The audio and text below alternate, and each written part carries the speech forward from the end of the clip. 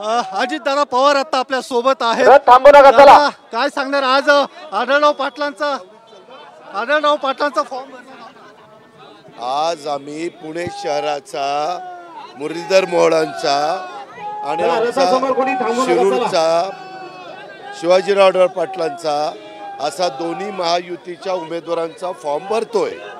त्याला देवेंद्रजी आलेत, मी आहे, बाकीचे पण सगळे सहकारी आहेत आणि ह्याचा चौथ्या टप्प्यातला फॉर्म आम्ही भरतो. काय मुद्दे असणार? काय मुद्दे? काय विकास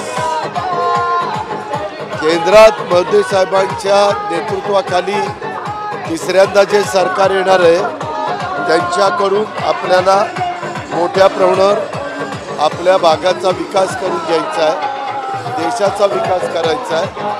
ते आमचे प्रमुख मुद्दे असतात. विकासाचे अमोल कोल्हे म्हटले की भुजबळांना उमेदवारी दिली जाणार होती. त्याच्यात एवढं देखील तथ्य नाही आहे. दादांत खोटं आहे. त्यांना आमच्या पक्षाचं काही माहीत नाही. त्यांनी कशा पद्धतीने ते बोलले मला माहिती. काय नेमकं चॅलेंज तुम्ही दिलं होतं? शिरूर मधलं नेमकं काय वातावरण असणार आहे? काय शिरूर मध्ये नेमकं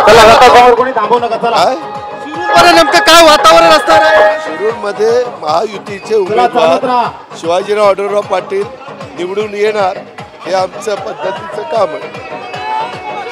नाशिकच्या जागेचा तिढा सुटत नाहीये.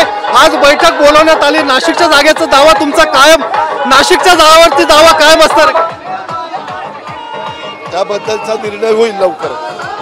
नाशिकच्या जागेवर दावा, त्याबद्दलचा निर्णय लवकरच होईल.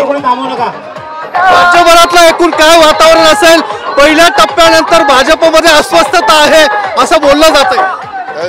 त्याच्यात काहीच सत्य नाहीये. हे निव्वळ लोकांची गैरसमज पसरवण्याचा, दिशाभूल करण्याचा केविलवाणा प्रयत्न आहे. अजितदादा पवार होते जे या लोकसभा निवडणुकीसाठी शिवाजीराव आढळराव पाटील यांचा उमेदवारी अर्ज दाखल करण्यासाठी निघालेला आहे.